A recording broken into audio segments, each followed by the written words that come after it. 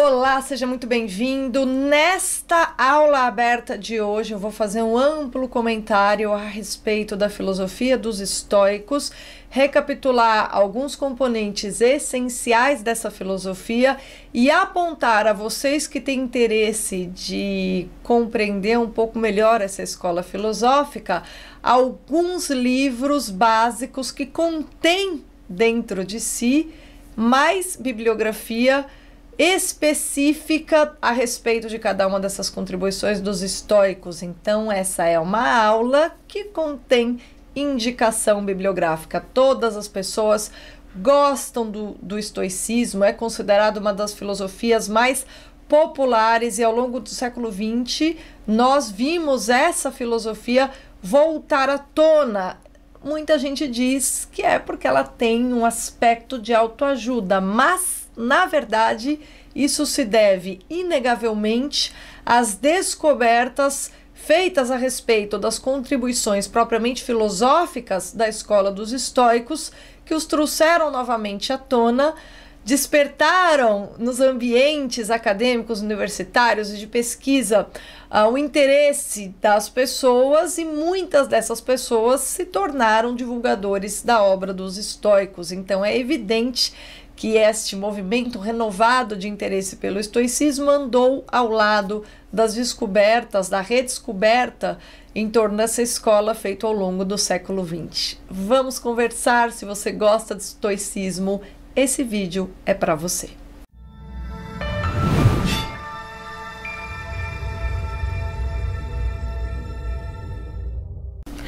Em primeiro lugar, eu gostaria de começar fazendo uma devida referência ao trabalho do Aldo Di Nucci, do professor, que tem faz tempo que eu acompanho o trabalho desse professor. Eu comecei a acompanhar de 2015 para 2016 e naquela época eu já descobri textos que ele publicou em 2011 divulgando uma série de documentos escritos em torno do estoicismo, especialmente de Epiteto. Foi naquela época que eu comecei a estudar Epiteto, em 2016, e evidentemente nas minhas primeiras buscas eu me deparei com o trabalho do Aldo Di Nucci. Então o que eu quero dizer em primeiro lugar é que é muito fácil fazer recomendações hoje em dia a respeito de estoicismo, porque este professor, em parceria com a editora Auster, tem publicado com tratamento editorial minimamente necessário, ou seja, introduções, ainda que curtas, ainda que simples, não são traduções críticas, mas são,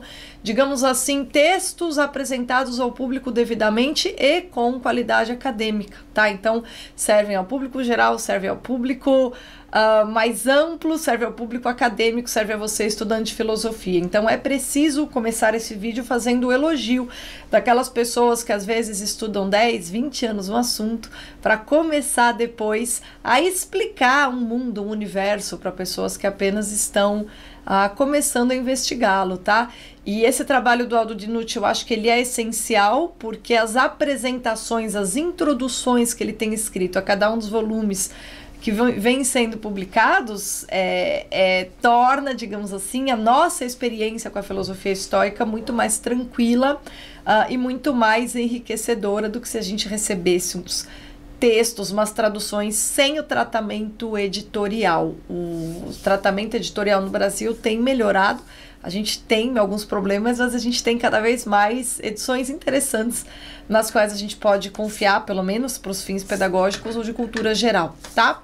E eu vou falar aqui de maneira geral do estoicismo, mas eu já aviso que na descrição eu vou colocar uma lista de obras, entre elas essa coleção que a Auster está publicando a respeito de estoicismo. Mas vamos lá.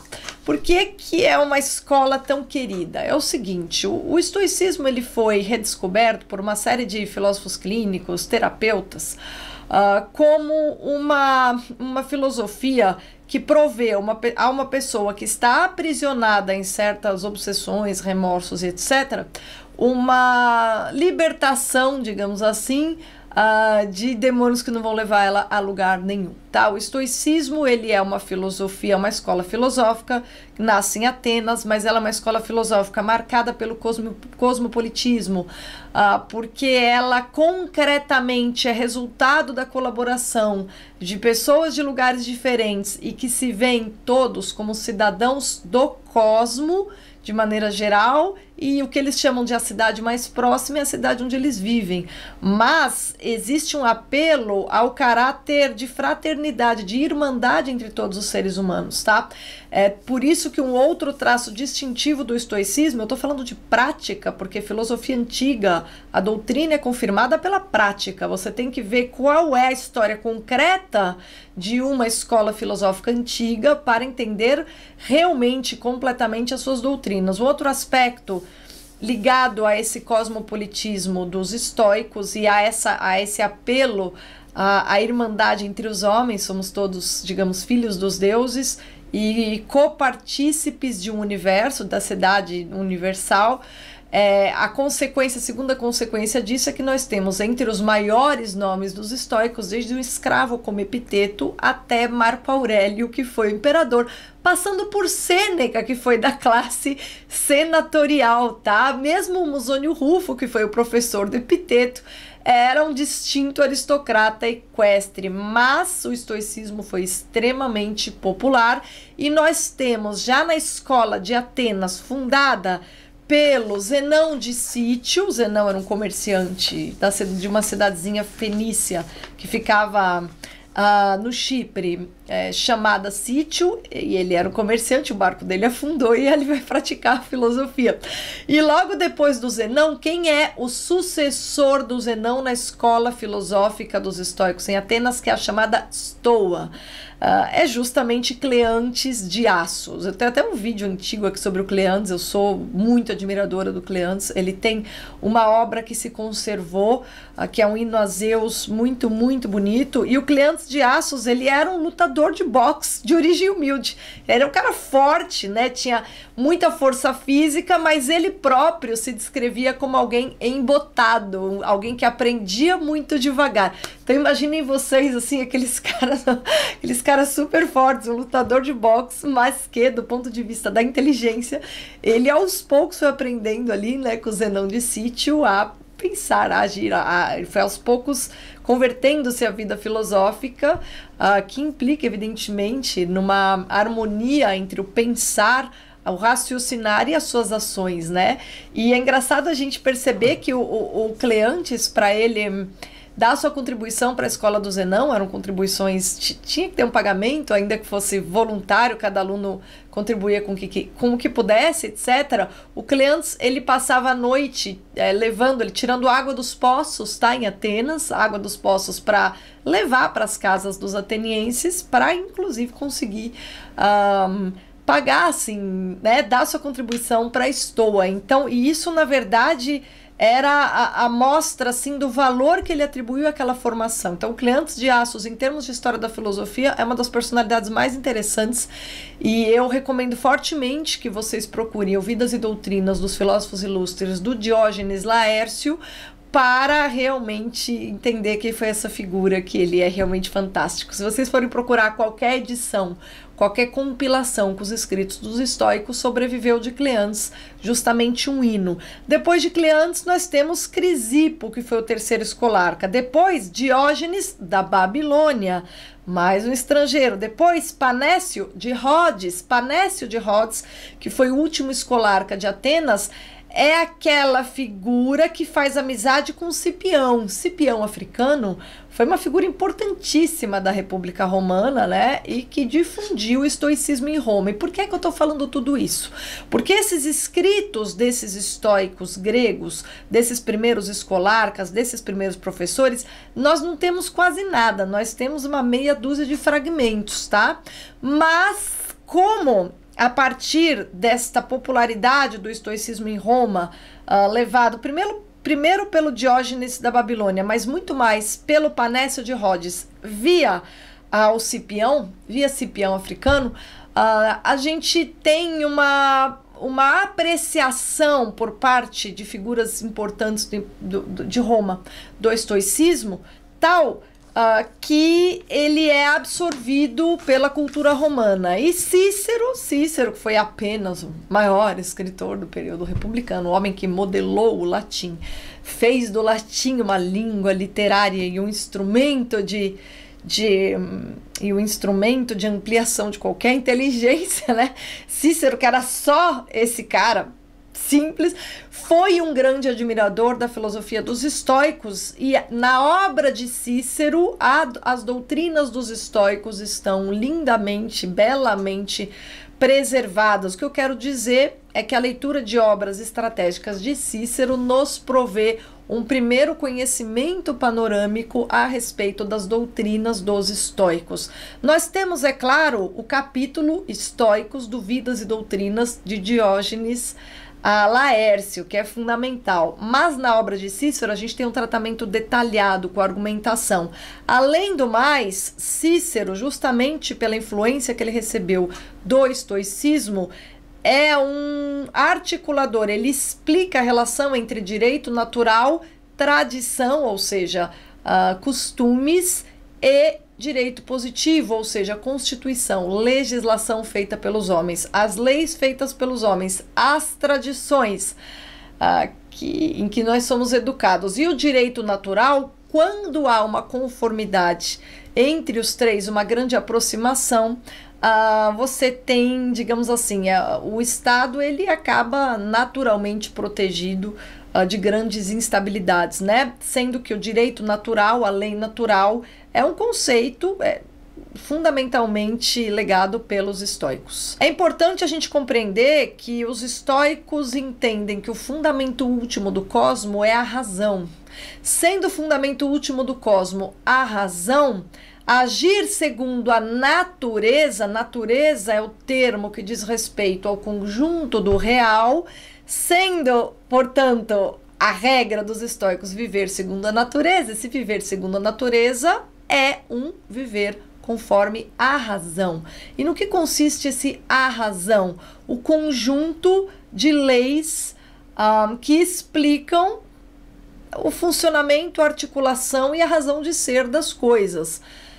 Vamos também entender que o ser humano tem um conflito fundamental. O ser humano ele briga com a realidade. As coisas não acontecem conforme as expectativas dos seres humanos. Os seres humanos eles brigam não só com o seu destino, por assim dizer, mas eles brigam com a sua condição. Os seres humanos estão o tempo todo, perenemente, às voltas com as agruras da condição humana. E o estoicismo é uma escola filosófica importante porque, de forma muito clara e sistemática, ensina constantemente o ser humano a separar em sua alma aquilo que lhe diz respeito, que lhe cabe, e aquilo que não lhe cabe.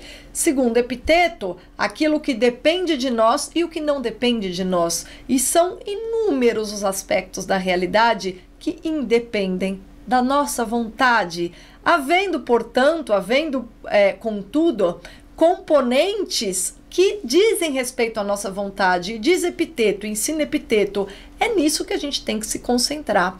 Aquilo que não depende de nós, aquilo que extrapola a nossa vontade, aquilo é um pouco idiota você ficar se batendo contra isso. É preciso, contudo, você aprimorar-se, buscar a excelência e agir da maneira mais virtuosa possível, o que significa em consonância com a razão universal, com a harmonia que é própria e inerente ao mundo. É preciso que você harmonize o seu agir, o seu pensar com a harmonia própria e inerente ao universo, se você quiser buscar a excelência. Mas você deve restringir-se àquilo que depende de você, que são as representações, o uso das representações. Como nós compreendemos as coisas, e a maneira como nós compreendemos as coisas, evidentemente, se desdobra em ação, tá? De modo que a ação virtuosa é uma ação resultante da correta compreensão, da compreensão sob medida das nossas representações. A gente tem de separar o joio do trigo, o erro do acerto no interior da nossa alma, e uma vez que isso tenha sido feito, nós poderemos agir bem. Epiteto tem um livro muito conhecido chamado Diatribes, dos quais temos algumas partes já traduzidas pelo Aldo di Nucci. Se vocês colocarem na internet Diatribes, Epiteto, Aldo di Nucci, se não souberem como escreve o nome dele, olha aqui na descrição que vocês vão encontrar. Vocês acham algumas das passagens. Eu não sei a quantas anda essa tradução. Contudo, já temos o conhecido manual traduzido. E algumas partes das diatribes, na verdade, digamos assim, a gente tem 2 obras atribuídas a Epiteto que são notas de um aluno seu. Os 2 livros são as diatribes, as conversas que ele tinha na sua escola, e o outro é o Enquiridium, que é o manual, que é o livrinho de regras de Epiteto. Vocês lembram que recentemente eu falei sobre as regras da vida cotidiana do Louis Lavelle e que este livrinho de regras do Louis Lavelle é o tributo à filosofia perene e que os filósofos antigos, todos eles, desdobravam o seu filosofar, o seu refletir, o seu meditar em regras para a vida cotidiana? Pois é, um dos livros de regras mais conhecidos da história da filosofia é o Enquiridium de Epiteto, que será imitado por vários dos chamados humanistas cristãos no período do Quattrocento e século posterior, ou seja, dos séculos XV e XVI. É algo que vai fazer muito sucesso naquela época, inclusive Erasmo é um leitor do Enquiridium, assim, Erasmo de Rotterdam, assim como muitos dos seus colegas humanistas da época, certo? Mas o Enquiridium, fundamentalmente, é um conjunto de frases, de máximas extraídas das diatribes. As diatribes de Epiteto estão incompletas, são um conjunto de livros dessas, com a transcrição dessas conversas que ele tinha na escola que ele abriu no norte da Grécia, quando aquele imperador romano que proibiu as escolas de filosofia em Roma, o Diocleciano, se eu não me engano, se eu estou errando, me perdoem, me corrijam nos comentários, quando aquele sujeito inculto, idiota e estúpido proibiu as escolas de filosofia em Roma e ele abriu a sua escola de filosofia fora. Quando Marco Aurélio, o imperador Marco Aurélio, se torna imperador de Roma, ele reabre as escolas de filosofia e ele vai abrir justamente 4 cadeiras: academia, peripatéticos, estoicos e epicuristas. Portanto, as 4 escolas mais conhecidas, com maior prestígio, são essas, né? Razão pela qual elas vão acompanhar aí por boa parte da vida do Império Romano, a respeitar desse intervalo em razão deste sujeito. Marco Aurélio, ele próprio teve uma educação estoica. Ele foi educado por um aluno de Epiteto que fez dele um estoico. E de Marco Aurélio nós temos as Meditações. E o interesse das Meditações é que não é um livro de um filósofo consumado. É uma obra de um homem buscando a excelência, buscando o saber. A gente observa ali Marco Aurélio em processo de colocar em prática as lições estoicas que ele guarda para si como regras de vida, como regras existenciais, como parâmetros intelectuais. E a gente observa, portanto, nas Meditações, o grande valor do livro Meditações é que ele é quase como se fosse, ele é exatamente isso, é um diário de um homem com vida filosófica, mostrando os embates permanentes que ele enfrentou, tendo como parâmetro, como horizonte, essa sua filosofia. Vocês que são meus alunos, eu tenho ali naquele módulo da minha plataforma de cursos chamado Estudo do Texto Filosófico, eu tenho algumas aulas sobre o Das Leis do Cícero, em que ele fala sobre o direito natural, e eu tenho uma aula especial sobre a influência do estoicismo em Cícero, e eu tenho também 8 aulas sobre as Meditações de Marco Aurélio, em que, evidentemente, eu falo da filosofia estoica, que é inerente, incrustada ali nas Meditações de Marco Aurélio, né? Ali a gente percebe um homem às voltas com a reflexão e procurando aperfeiçoar sua atitude. Marco Aurélio não se considera um sábio.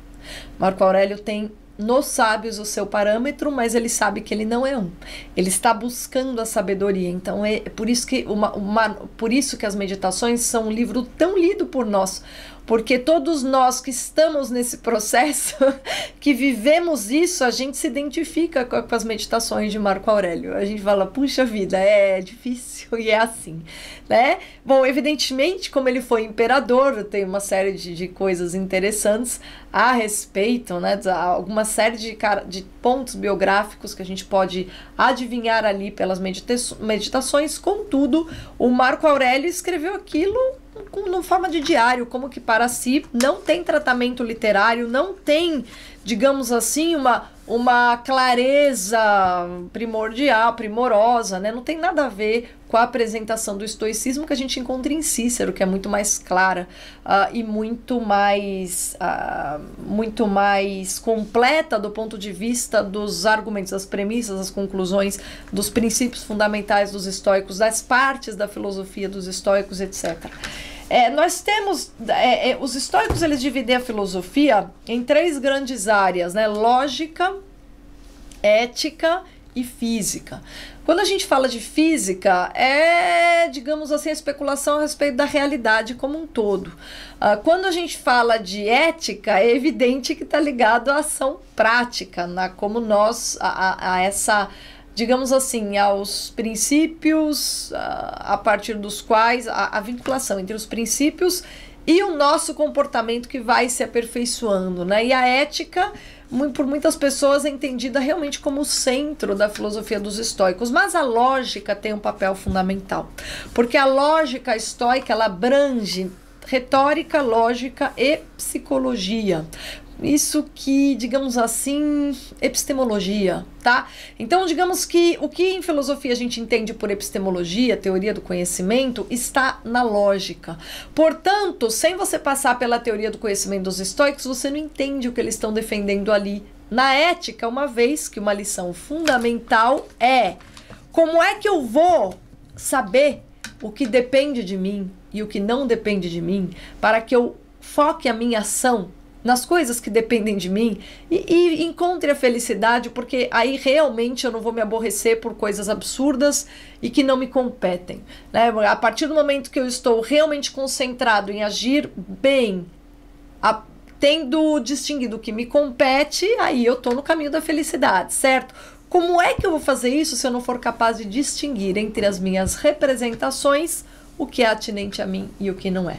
Portanto, a lógica está intrincada à ética, da mesma maneira que a ética está intrincada à física, porque, como eu falava no começo desse vídeo, o conhecimento correto, o bom uso das representações, implica em si entender a estrutura da própria realidade, estrutura essa marcada pela harmonia ou razão universal, tá? Então a gente tem essa cosmologia, essa física dos estoicos, a gente tem a ética, a gente tem a lógica claramente articuladas. Existem algumas piadas a respeito dos estoicos que eles eram muito fraquinhos em retórica, que retórica não é o forte deles e que estão na parte da lógica.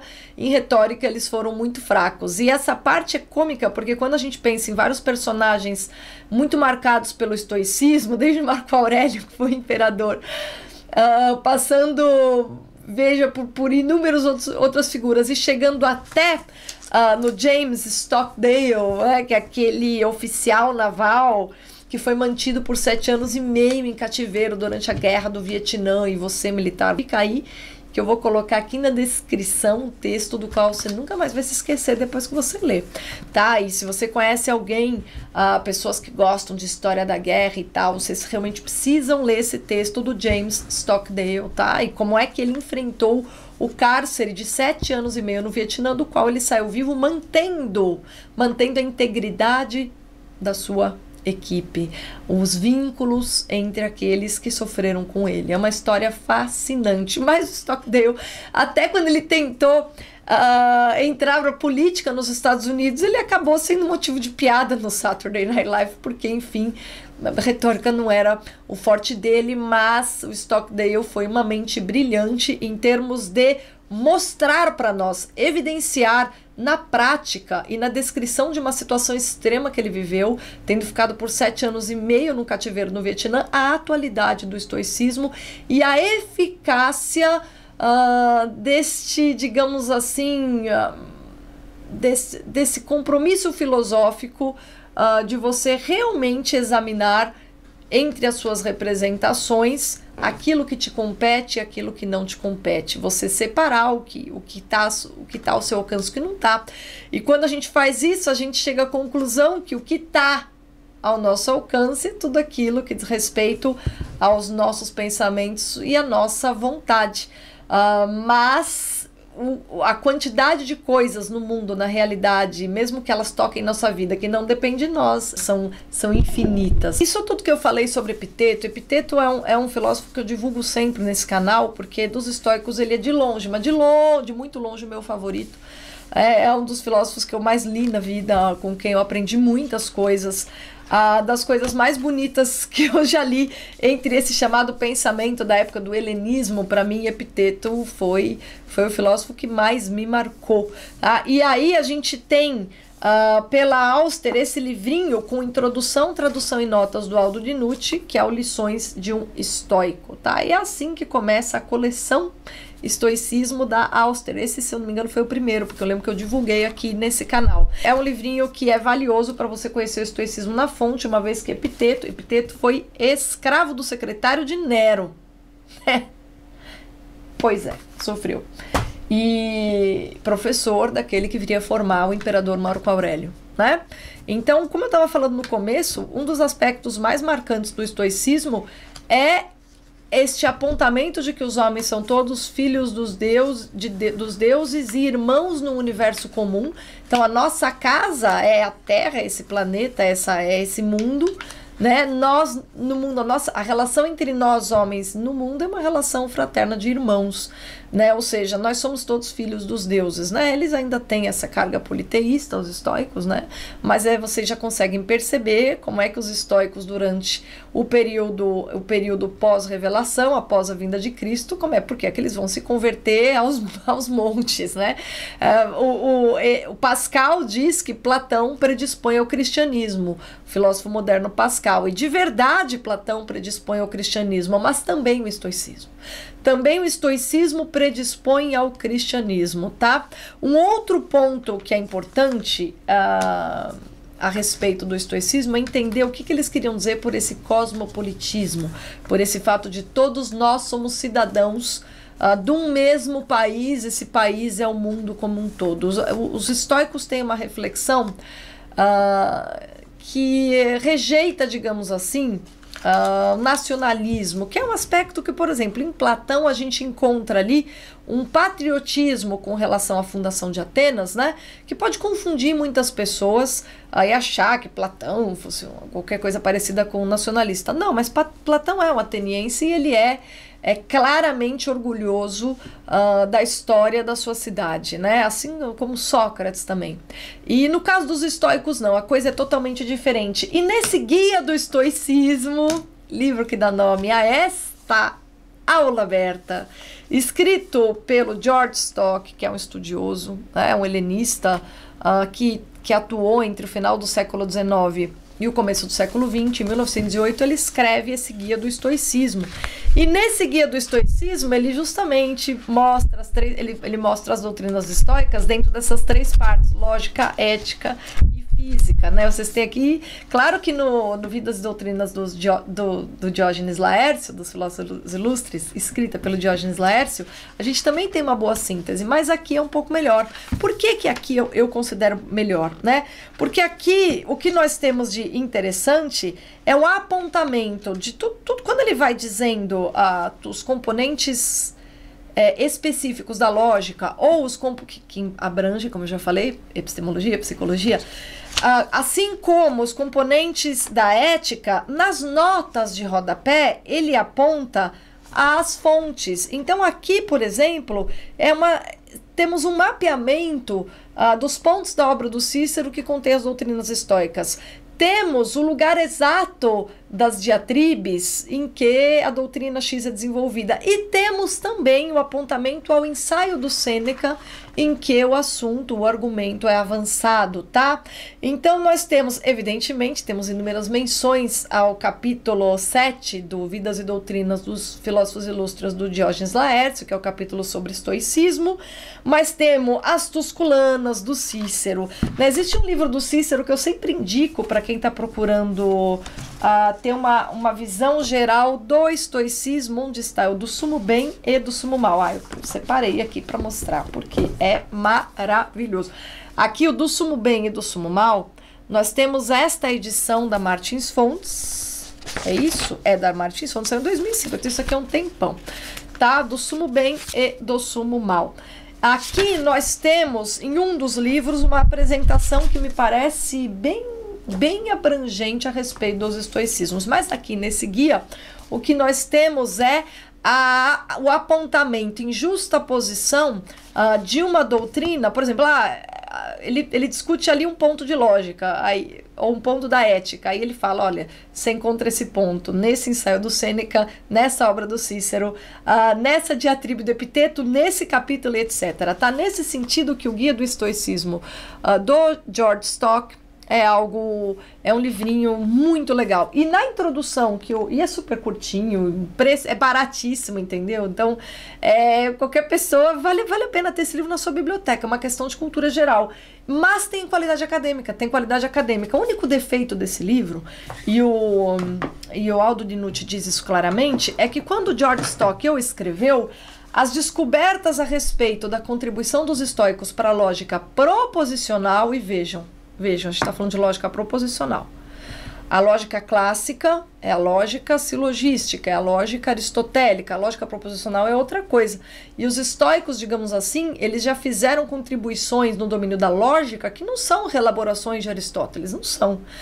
É um trabalho original que eles têm essa contribuição original.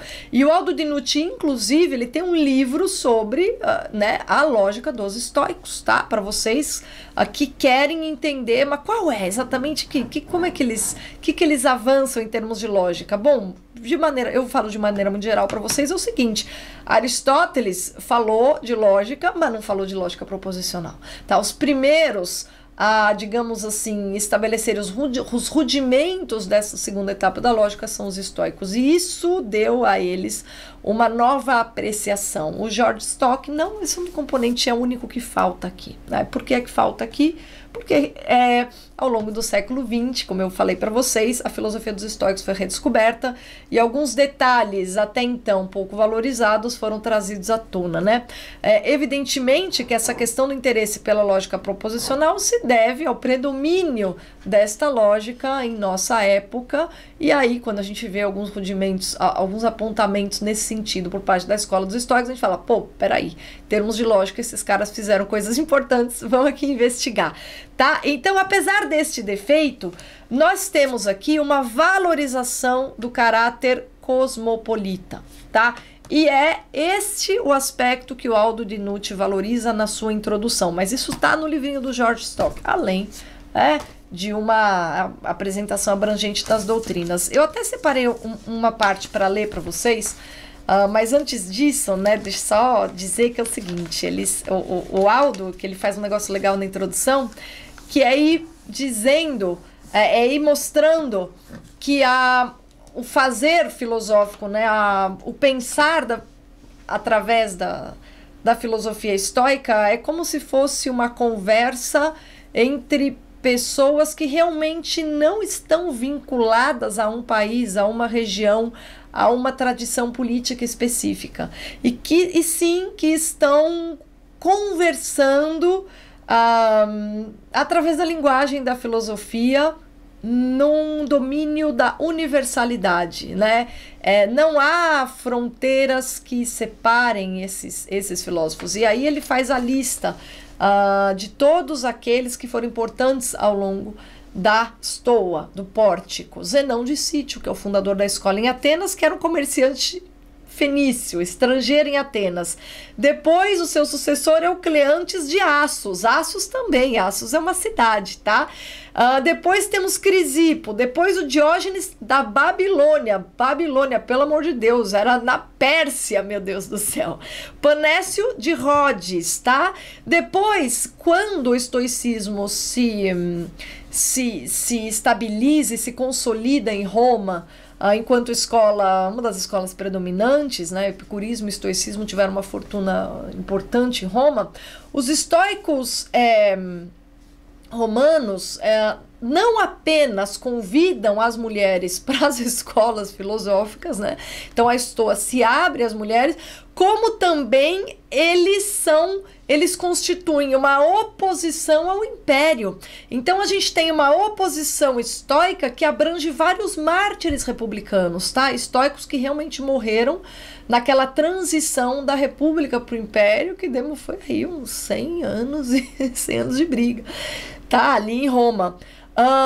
E a gente tem também, né, evidentemente, essa questão do estoicismo abranger figuras de classes sociais completamente apartadas. E aí a gente percebe que o fator de cosmopolitismo e o fator de todos os estoicos se verem como filhos dos deuses no mesmo mundo, realmente é genuíno. É genuíno porque Epiteto é um dos mais respeitados e era um escravo, né? Se fosse uma... Então, assim, é uma filosofia que não contém, digamos assim, um caráter não tem um desprezo pelo povo, tá? Não tem aquela característica aristocrática das primeiras escolas atenienses, tá? Embora toda filosofia seja aristocrática por vocação, uma vez que convida os homens que desejam aprimorar-se, desejam alcançar excelência, a separar-se daqueles que querem nos levar para o buraco, né? Fazendo de nós tão medíocres quanto eles. Então, esse aspecto aristocrático no sentido de uma escola filosófica te convida a ser uma pessoa melhor, isso é evidente que está presente no estoicismo. Mas, evidentemente, não foi uma escola tocada, erigida e espalhada necessariamente por pessoas ricas, mesmo porque o seu fundador era um mercador, era um vendedor de púrpura, daquela mercadoria usada para tingir as vestes dos nobres trazidas da Fenícia, tá? Tem uma frase que eu acho fundamental, do Aldo de Nucci, que está na introdução ao Guia do Estoicismo, que ele diz o seguinte, né? Veja, o estoicismo não é casualmente cosmopolita e intercultural. O estoicismo se apresenta como resultado concreto de um diálogo estabelecido na antiguidade entre diferentes culturas, pessoas de diferentes regiões, diferentes culturas, através da linguagem filosófica. Então, o logos, assim como a razão universal, é o fundamento de tudo o que há. O logos permite que as inteligências e os corações se encontrem e percebam a sua semelhança. Nesse sentido, e diz o Aldo com muita razão, talvez o acento dos estoicos no caráter, no cosmopolitismo, seja um dos seus legados mais importantes, ainda que do ponto de vista técnico, eles tenham esse papel importante, sim, na história da lógica. Bom, dito tudo isso, vamos aí a algumas recomendações, né? Muita gente conhece estoicismo via Sêneca. Sêneca, que foi, coitado, teve um papel importante da classe senatorial, era um homem dos mais ricos da sua época, mas, né, caiu nas garras de Nero. Enquanto ele governou o império, né, a coisa andou. Quando Nero assume a liderança, Sêneca cai e é obrigado a suicidar-se, tá? Mas o Sêneca, apesar dele ser um estoico, ele é um filósofo eclético e ele próprio diz isso nas Cartas a Lucílio. Nas Cartas a Lucílio é uma das obras em que ele afirma: olha, eu sou estoico, mas eu não sou um escravo de doutrinas estabelecidas. Eu não sou dogmático. tá? Na verdade, filósofos verdadeiros nunca são dogmáticos no sentido que a gente usa o termo. Dogma não tem a ver com filosofia, uma vez que filosofia tem a ver com compreensão, e você precisa deixar a alma sempre aberta, porque nós, seres humanos, erramos muito mais que acertamos, e os filósofos que dignificam a prática da filosofia são justamente aqueles que corrigem as falhas dos homens anteriores, justamente para fazer um tributo à sua grandeza. Aristóteles, como ele presta tributo à grandeza de Platão, corrigindo o que Platão deixou mal resolvido, e assim por diante, tá? Então, o Sêneca, o fato de ele ser um eclético, na verdade é uma atitude bem filosófica. O Cícero também é um eclético, mas a gente percebe que a tonalidade estoica é predominante na obra de Sêneca, não há dúvida. Se vocês lerem a tragédia Agamemnon de Sêneca, vocês vão perceber o tom estoico claramente na sua tragédia, tá? Não há como negar. Então é por isso que ele é tão assim, muito identificado. Sua obra principal são as cartas a Lucílio. Nessa edição curtinha da Auster, bem curtinha e barata, o que a gente tem aqui? A gente tem uma seleta das cartas a Lucílio, tipo as melhores cartas. O Aldo de Nucci traduz do latim com introdução e notas, tá? As melhores cartas, as melhores, as mais importantes, as mais apreciadas, as mais citadas na tradição filosófica, um dos textos mais citados pelos filósofos ensaístas, né? São as cartas a Lucílio, tá? Isso aqui é um clássico fundamental que vale a pena você conhecer. Mas também da Auster, com esse tratamento do Aldo de Nucci, que o Aldo, que é o cara que conhece estoicismo e é quem está lidando com esses textos, nós temos também o Sobre a Brevidade da Vida, que é um dos mais famosos de Sêneca. Nesse Sobre a Brevidade da Vida é o ensaio em que ele nos ensina que a vida só parece breve quando a gente faz dela um péssimo proveito, né? Hoje eu estava falando para os meus alunos que quando, por exemplo, nós dedicamos muito tempo a atividades intelectuais ou espirituais, é como se o tempo se estendesse. É como se o tempo se estendesse, e quando nós nos dedicamos a tarefas inúmeras de ordem material, sabe, essas tarefas comezinhas no dia a dia, tudo passa rápido. Passa rápido. Por que passou rápido? Porque a gente não tem a experiência da profundidade, a gente não tem a experiência do perene, que é pela reflexão, meditação do ponto de vista intelectual, e nós não temos a experiência de quase chegar perto, ou pelo menos aspirar, estar próximo do eterno, que são as experiências das práticas espirituais, tá? Então, nesse sentido, esse é o grande tópico Sobre a Brevidade da Vida, por isso que ele é um clássico. Outros dois ensaios muito conhecidos de Sêneca são Sobre a Ira e Sobre a Tranquilidade da Alma, que aqui providencialmente vem traduzidos juntos. Se você é um colérico de carteirinha, esse é para você repensar que você não pode ser presa do seu temperamento, você tem que administrá-lo, né? Então aqui ele fala sobre a ira e sobre a tranquilidade da alma, também são ensaios muito conhecidos. Por quê? E especialmente no Sobre a Tranquilidade da Alma, no Sobre a Ira também, mas ambos a gente vai ter o acento na questão da habilidade de separar na nossa mente o que é atinente a nós e o que não é, né? A ira, ela está muito relacionada a nós nos colocarmos em posição de aspirar a algo ou de querer resolver assuntos que não nos competem. Então é sempre uma questão de incapacidade de medir o seu lugar no sentido do cosmos como um todo, tá? O que eu queria apontar ainda como indicação, tá? É um manual de estoicismo do Aldo de Nucci, que também foi publicado pela Auster, cujo subtítulo é A Visão Estoica do Mundo. Nesse manual de estoicismo, ele ensina você a absorver as lições dos estoicos na sua vida, ou seja, aqui ele fala de prática do estoicismo. E esse livro é fantástico, eu já divulguei, mas vou falar de novo, porque nós temos aqui uma belíssima coleção, tá? Da Auster. Por que eu tô falando tanto da editora? Porque é uma editora que tem preços muito baratos, é uma editora tipo LPM, entendeu? Os livrinhos são baratos da Auster, são baratos e são legais, então são muito acessíveis. como o estoicismo foi em sua época. É tudo perfeito, né? E aqui a gente tem agora essa linda coleção. Você que gosta de estoicismo, procure.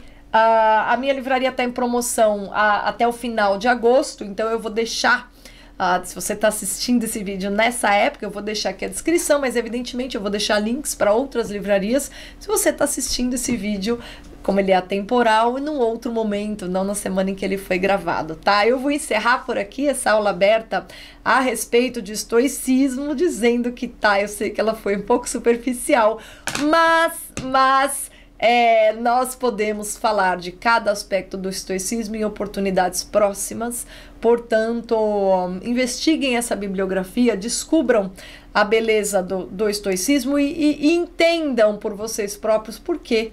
Assim como Platão predispõe ao cristianismo, também o estoicismo nos prepara a entender aspectos cruciais do cristianismo, razão pela qual a filosofia estoica foi absorvida pela filosofia cristã, tá? Esse é um assunto para um outro dia, mas se você apenas aprender com os estoicos algo de importante para a sua vida, você vai entender porque a filosofia estoica permanece aí uma fonte permanente de consulta para as almas imersas em suas aflições e por que e como ela ganhou o coração e a alma da humanidade.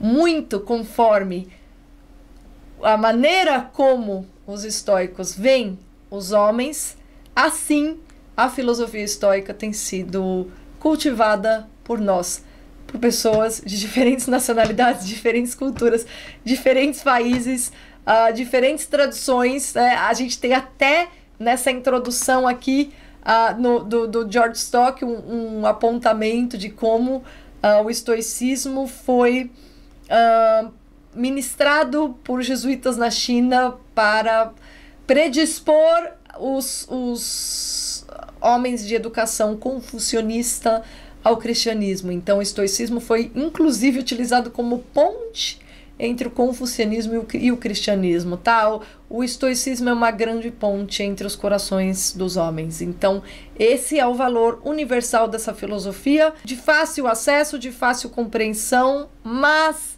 de prática extremamente exigente.